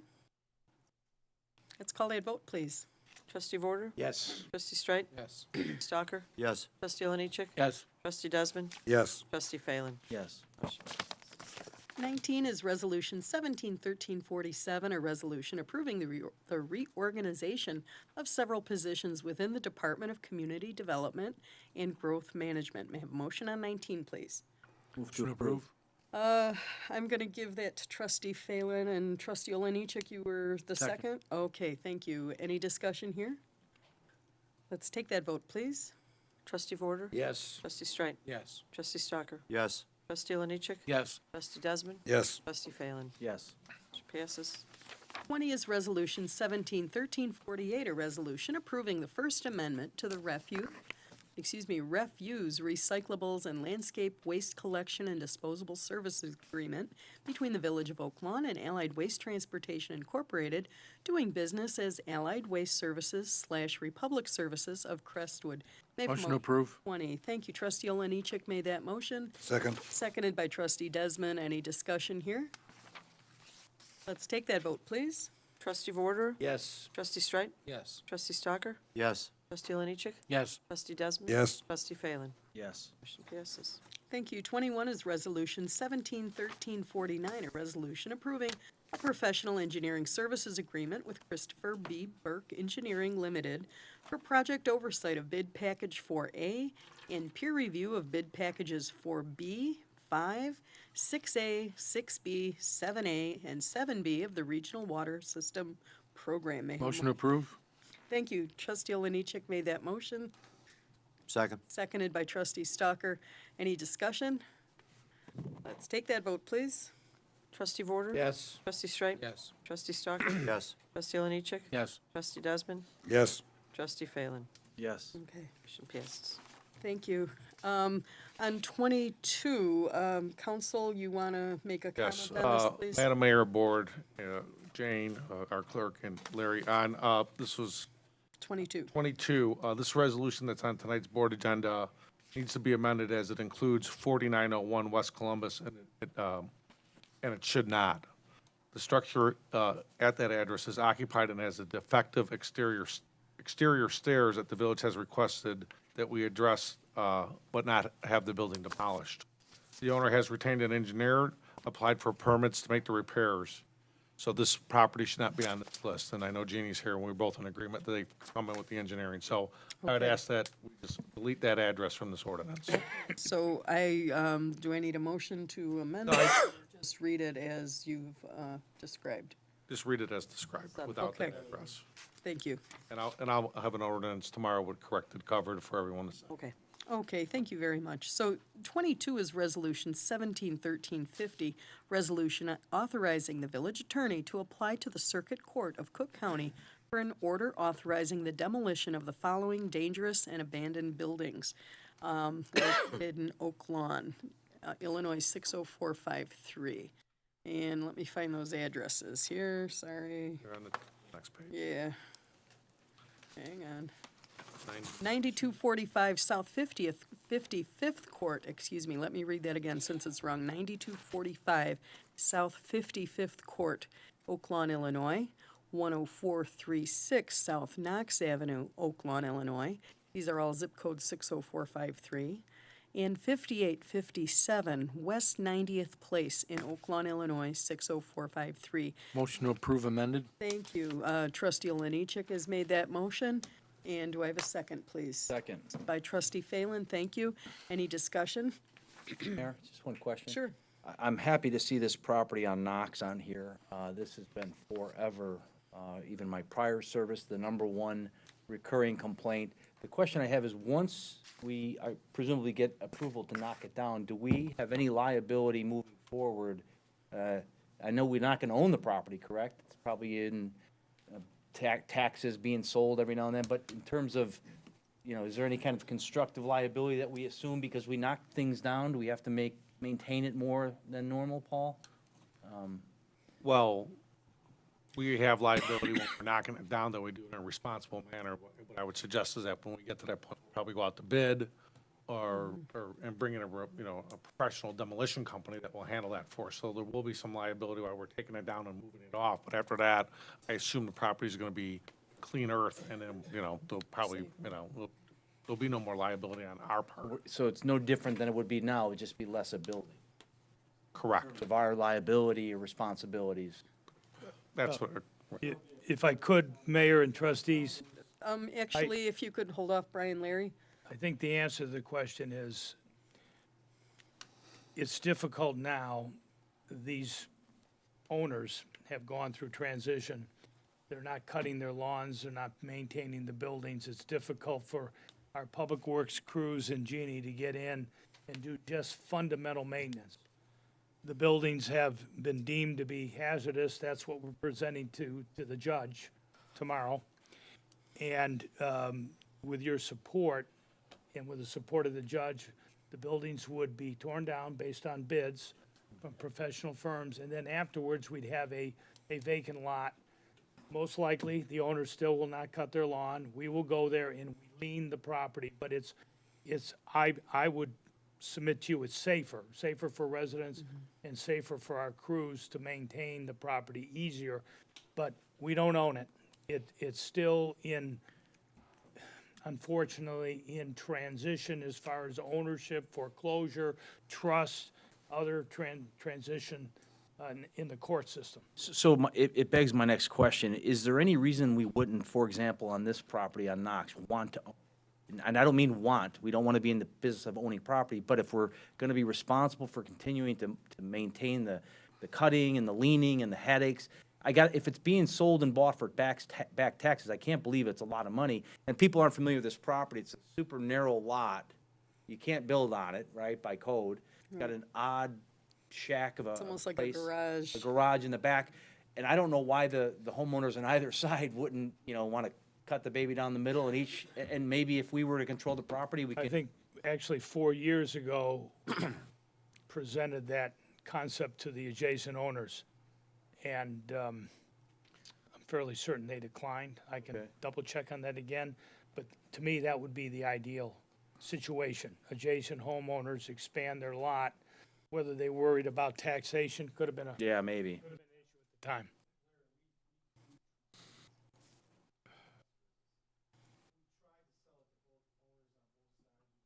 Bunch of other properties, village excess properties, green, like the green strip that goes along 106th Street, in your district, Tom. There was a lot of those properties on the west end in Bud's district that we tried to sell the same way, and we did the same thing with that property. The problem is we had a couple deals done, and then the real estate market went down in 09, 10, and because of the property taxes, it became non-economic for those owners. just one final point is that when they go to property sale for back taxes, the village will get the first right. So we get a preemptive if we want to buy them. So they'll produce a list of pins here in Oak Lawn that don't pay taxes, and the village can, before they go to auction, now under the new ordinance, they can pick out pins and say, okay, we want to buy that one. So if that does come, you want to do something like that. Yeah, the best thing is to get it back on the tax roll with someone who's gonna maintain it. And, Trustee Oliniechek, these in your district, thank you for working so hard on those too. Thanks, staff. I mean, it's incredible the amount of work that has to go in. It's almost an act of Congress to get to the point where we're at now. And I know many residents get very frustrated of when they have this blight and they're dealing with the issues in their neighborhood. They want it done now, and I understand that, but the court system is very, very slow at getting this done, and I'm impressed with the full court press that staff's doing in legal. Thank you. So let's call the vote, please, on item 22 as modified by council. Trustee Vorder. Yes. Trustee Streit. Yes. Trustee Stalker. Yes. Trustee Oliniechek. Yes. Trustee Desmond. Yes. Trustee Phelan. Yes. Motion passes. 23 is a request to approve the termination of the present contract with B&F Construction Code Service. Be Motion to like approve. Frank. Thank you. Trustee Oliniechek made that motion, Second. seconded by Trustee Phelan. Any discussion? Let's take that vote, please. Trustee Vorder? Yes.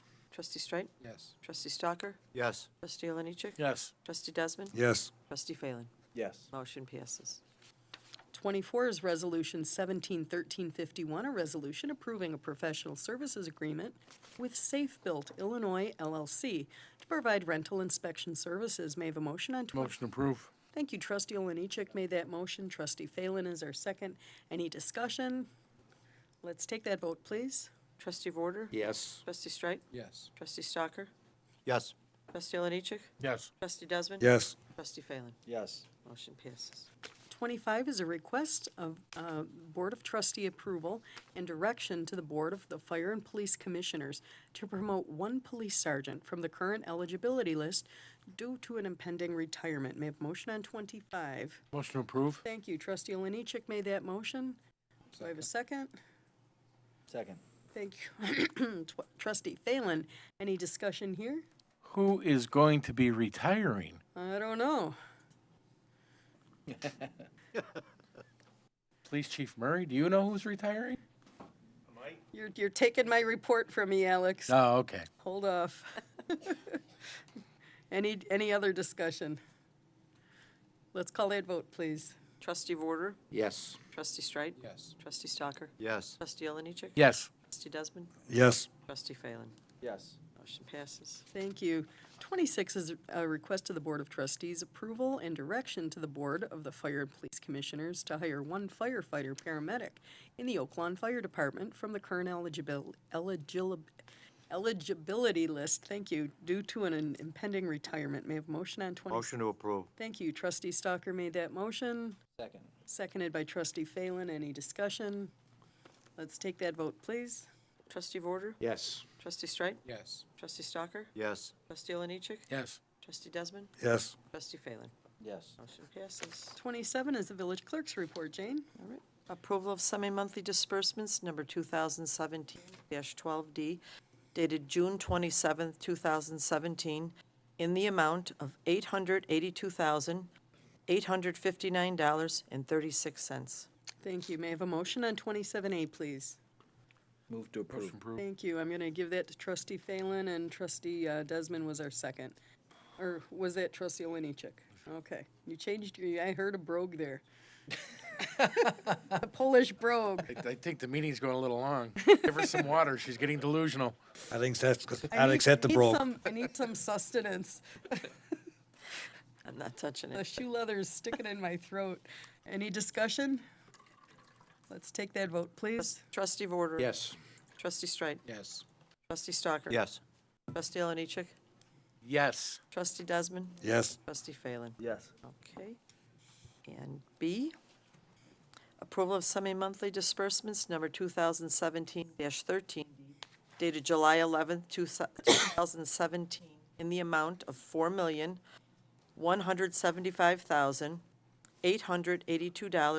$4,175,882.85. Thank you. May I have a motion on 27? Motion to approve.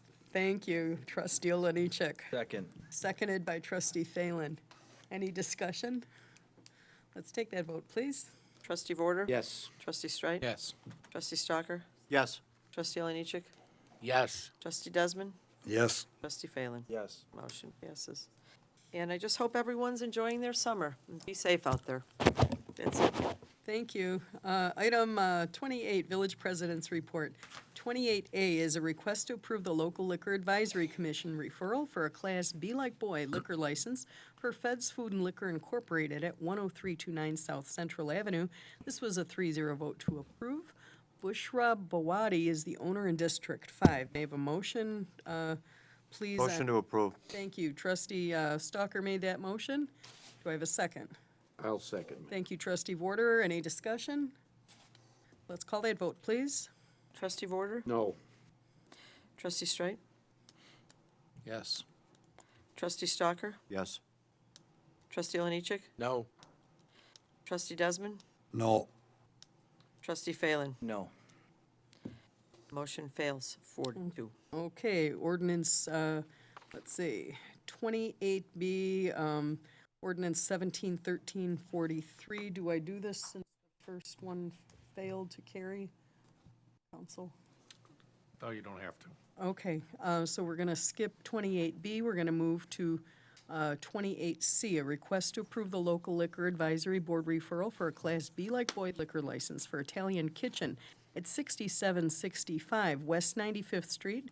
This was a 3-0 vote to approve. Mr. Ed Pillars is the owner in District 1. May I have a motion, please, on 28C like cat? Motion to approve. Thank you. Trustee Desmond made that motion. Trustee Oliniechek is our second. Any discussion? Yeah, Mayor, I have a little trouble with increasing this Class B license. This concept was a restaurant, and before he sold a noodle or cooked a noodle, he's asking for an increase in the liquor license classification. Is the The petitioner is here, Could you and while he explain that to comes me up. and why he needs this type of license? Yeah, and trustee Warder, this wasn't a change to the concept he presented. This was always the concept, but we did it in stages, just while we were sorting out a few technical details of what he was asking for. Go ahead, sir. Welcome. Sure. And state your name, let us know if you live in Oak Lawn. Ed Pillars. No, I do not live in Oak Lawn. The concept that we described the first time, it's the same thing consistently. It is a combination of the blue plate or what you're seeing on the web where you can order online food for a meal and pick it out for your family, and then it takes a day or two to hit your front porch. People will come into this location and be able to, it'd be on the shelf. And my option is, if you come in after work and buy lasagna for $5 with all the ingredients for you to make it, and you say, oh, you know what, Ed, I don't want to cook tonight. And we say, okay, stay. I'm only going to have 16 seats.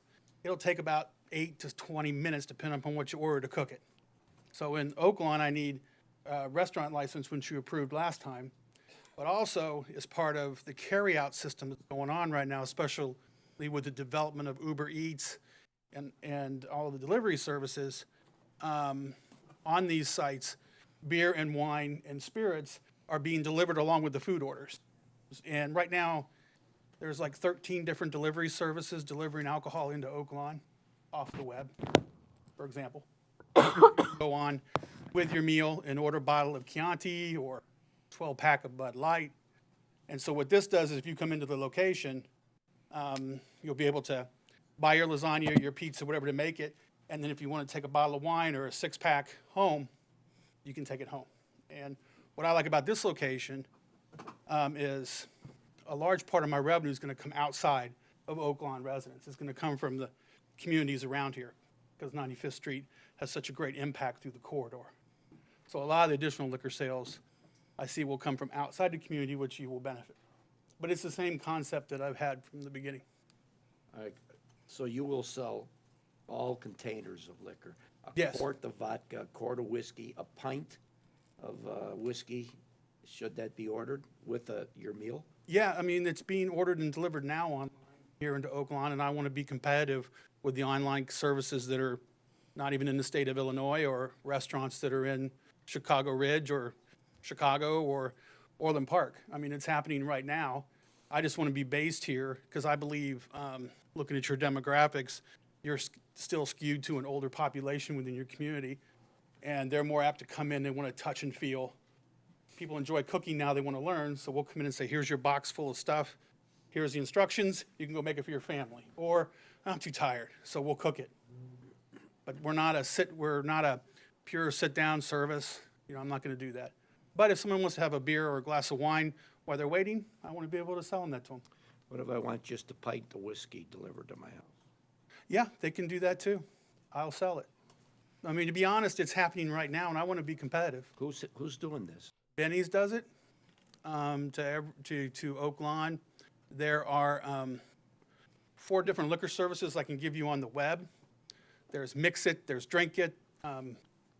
There's 4 of them. You gave us a packet with like 5 pages. Yeah, I gave them a packet that shows those services. You can go online now and order 2 gallons of margaritas with alcohol to hit your house in Oak Lawn. Margaritas? Yeah. So with delivery, They even they're getting down to selling mixed drinks. Especially, you gotta remember, Uber Eats and Lyft and these delivery services have changed the marketplace. And the biggest change has been when Amazon just bought Whole Foods. It wasn't to get into the grocery business. It's to get into the distribution and delivery business. They're not gonna change how Whole Foods does groceries, they're going to push their products through those brick and mortar stores to your communities. So I want to talk, and I called everyone individually who I could. You know, with the delivery, the state addresses the delivery of the alcohol, and it stipulates things like, you know, how old the driver needs to be. It stipulates that the transaction must be paid before it's even delivered, so you can't be exchanging. And you intend to implement a scanning system, which the delivery could not be concluded without the scan of a valid ID, correct? Correct. Currently, in, let's say, in Cicero, Berwyn, and in the city of Chicago, if you go to the villages, they're required all tobacco and alcohol sales, wherever it is, okay, for package. Now you have to use your Illinois driver's license or identification card, and you have your own barcode. I don't know if you realize that, but that barcode's got your name, address, and gives them access actually to your driving history, different levels. So I'm going to have the very same requirement. Excuse me, Mayor. Yes, trustee Desmond, Class B is the liquor store. correct. I mean, but it's not a liquor store. He'll hold a restaurant license and a liquor store license. Yeah, but I mean, I think it's still confusing that, you know, Well, we have like Cooper's Hawk, they have, I I think, understand that, but is there some way that you know, to Terry's point, so somebody can come in here and actually order, you know, a pint of whiskey and leave with it, and that's not your intent, though. Your Not my intent. intent, no, and I'm Right. not. And I'm going to be more like a grocery, if you look at Pete's Market or, You know, is there some way we can tie? I'm only going to use, it's a 3,600 square foot. Yeah, but I'm saying, is We're there gonna some way use- that let the trustee finish. you will have to, you know, Yeah. the liquor is secondary to the reason you're going there. You're going there to order food Right. and food to go. I mean, is there some way we can tie that you can't just buy liquor? With the classifications, we don't have the means to do that. Okay. And it's kind of both. I think his financial success kind of hinges on the sale of packaged goods. I understand, but again, But he has no intention of gaming, for example, you know, well, I'm not talking about that. Yeah. I'm talking about preventing someone from going in and using it as a liquor store. Well, it was a 7-Eleven, and they used to sell beer and wine and individual, and even down to individual sales before I leased it. trustee Stalker. Yeah, trustee Desmond, I think the way I looked at it is, this man is getting a liquor license, which makes him responsible for anything that is sold out of his store. I can call a cab driver today, and it might not be legal, but I can have him go get me a six-pack or half a gallon or whatever I want. But that cab driver is not going to be responsible to anyone. I believe that these other drivers do have to have some other type of state licensing, like Benny's or places like that. Is that correct? Yeah, they have to be of the required age limit and have the correct insurance and bonding. Okay, and Benny's takes responsibility. This man is getting the license, and that makes him responsible, and the license can be revoked if he fails to perform. Right, I understand, but my question is, I mean, this seems to be you know, I like the concept, but, you know, maybe other people are going to want to do the same thing, so maybe we should look into creating We will take that. one more classification. Can you let Darren know that that should be a future agenda item? And the Liquor Advisory Board is also taking up, looking at regulating delivery of liquor in Oak Lawn by people who don't have an Oak Lawn liquor license. For example, you know, if a certain pub in Chicago Ridge decided to deliver into Oak Lawn, you know, we wouldn't have any authority over them delivering to an underage or whatever, and this would allow us to. So we'll have that coming before the board too. Thank you. A lot of interesting discussion came out of this concept. Trustee Warder? Yeah, you know, the whole concept of selling liquor in convenience stores it's an outgrowth over a lot of years. I can recall when you owned a 7-Eleven or a convenience store, you couldn't sell any liquor. Then the board, 20 years ago, allowed them to sell beer and wine. Okay, and that went on for many years. Then they wanted to sell hard liquor. Okay, and I had great concern with these little bitty stores selling small portions of liquor. They end up congregating the neighborhood, they drink their liquor, they throw the bottles, and I think it's not good for the village of Oak Lawn. That's my biggest concern. And we allowed the convenience stores to sell hard liquor, okay, we restricted the size of the bottles that they could sell. They couldn't sell the pints. They could only sell fifths and quarts. This Yeah, is this kind of is- opening that up in a This is different not a avenue. convenience store as such. Yeah, either. I know, It's- but it is a convenience store. He's selling liquor I think- over the counter in pints. Yeah, I think we'll be holding him accountable for the Well, I'll be the proper first to management. scream if I find that violation. I'll say right now, in front of the community and the entire board, I'm not selling individual bottle shots, which are popular right now. I'm not going to sell the mixed vodka cans, which are extremely popular right now. It looks like soda.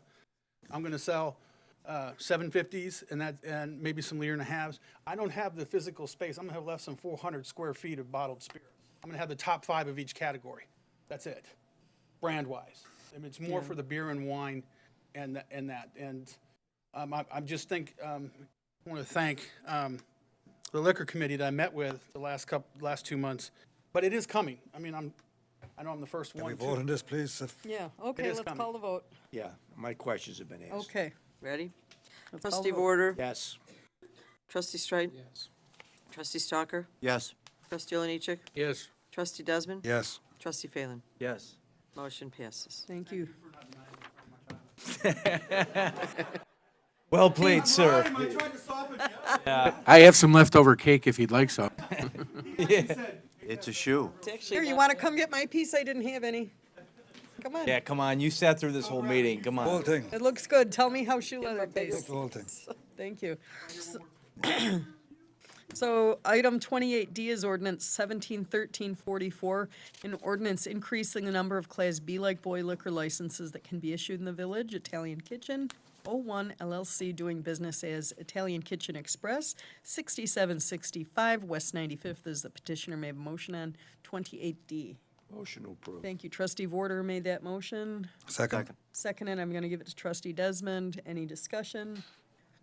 Let's call that vote, please. Trustee Vorder? Yes. Trustee Streit? Yes. Trustee Stalker? Yes. Trustee Oliniechek? Yes. Trustee Desmond? Yes. Trustee Phelan?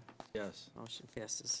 28E is ordinance 171345, an ordinance amending Title II of the Oak Lawn Village Code by replacing Chapter 16 entitled Business Development Commission and replacing it with a new Chapter 16 entitled Local Business Support and Development Commission. May I have a motion on 28E? Motion to approve. Thank you. Trustee Stalker made that motion. Second. Seconded by Trustee Vorder. I want to clarify that we are, nope, that's next. Never mind. Go ahead, Trustee Stalker. I just want to make a comment that the major goal of this change from what we had previously in business development is that the commission realized that there's a greater need for supporting existing businesses. We will still try to foster new businesses coming to this village, but we don't feel that we're doing a good enough job of supporting the businesses that we already have, and that's what we're going to try to do. In order to accomplish that, we're going to reconstitute the commission, ask the trustees to come up with new commission members, or reappoint the ones that they've already appointed. But the goal will be to bring new services to businesses in the way they need them now, much like what was discussed earlier with social media and things like that. If we can help a business in that form, we will do it. And that's the purpose of this amendment. Thank you. Any other discussion? I just want to Trustee Vorder? congratulate Trustee Stalker for thinking outside the box with this commission. It was an excellent appointment to put that trustee on the commission, and I think he's moving forward with new ideas. Thank you. Congratulations, bud. Any other discussion? Let's call that vote, please. Trustee Vorder? Yes. Trustee Streit? Yes. Trustee Stalker? Yes. Trustee Oliniechek? Yes. Trustee Desmond? Yes. Trustee Phelan? Yes. Motion passes. 28F, I'd like a motion, please, to postpone until the next meeting. So move. Thank you. Trustee Oliniechek made that motion. Do I have a second? Second. Thank you. Trustee Vorder is our second. Any discussion? Let's take that vote, please, on 28F. Trustee Vorder? Yes. Trustee Streit? Yes. Trustee Stalker? Yes. Trustee Oliniechek? Yes. Trustee Desmond? Yes. Trustee Phelan? Yes. Motion passes. Thank you. I want to, under General Village Managers, give a warm hello to Sherry Miller and our Fox College students. Everyone want to raise your hand? Sat through a long, long meeting, but we're not done yet because I've got to give my report. And Chief Murray, can you come up to the podium, sir? You know it's your last board meeting and you had to come one more time for old time's sake. You thought you could slip under the radar, but At least he shaved.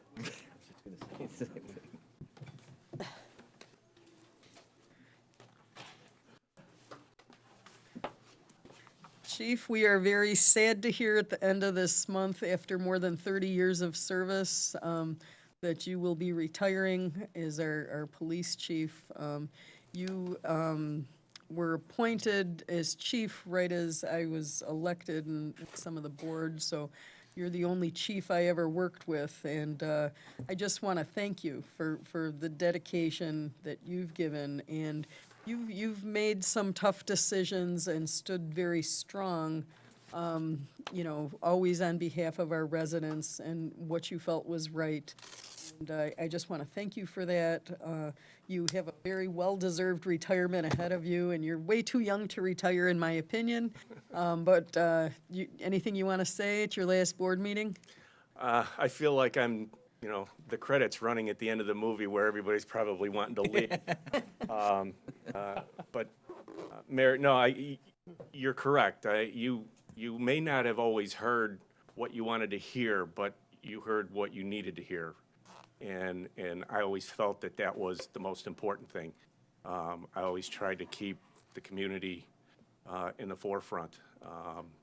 And, you know, any accolades or any, you know, thank yous, I have to pass that on to staff and the people that are out there doing the job every day, because that's where the road meets the road, and that's where the job gets done.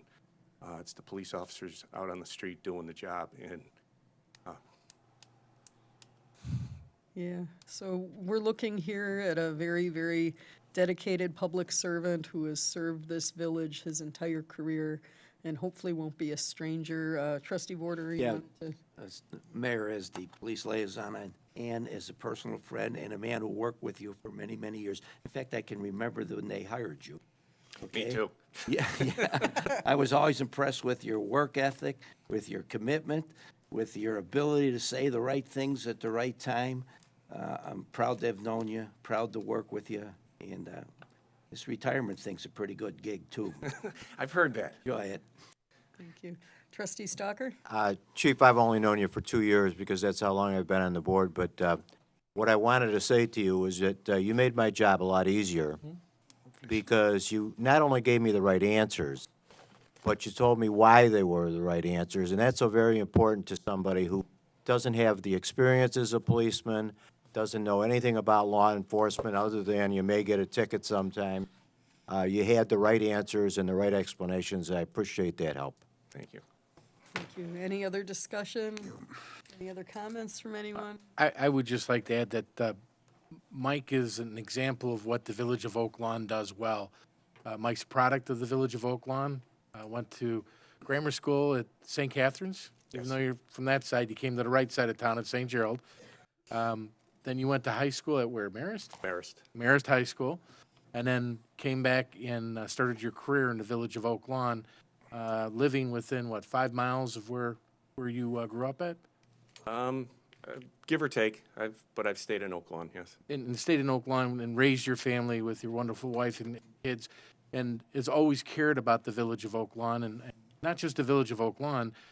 What I love about our police department is that they hold each other accountable, and years of leadership handed on to each one of the police chiefs, and they take it very, very, very seriously. And again, your mentors have done a great job with you, and I know that you have mentored for the next step in our Oak Lawn Police Department, and thank you very much for your years of service, and hope to see you around the neighborhood. I did hear a rumor that you were going to retire and you were going to be a DJ on the week. Is that true? He's already a no, that DJ was- on the weekends.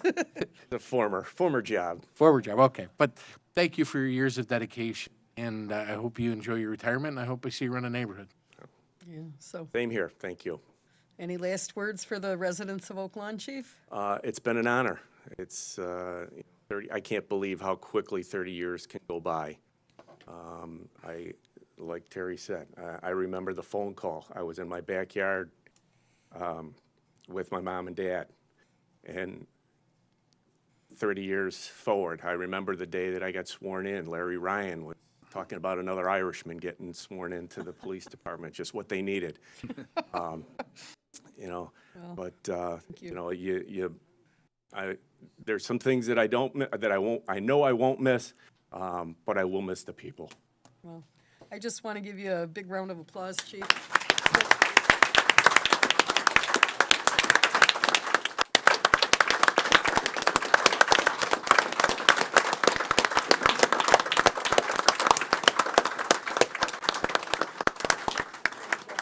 You'll be Thank you, walking Mayor. the line in a couple weeks.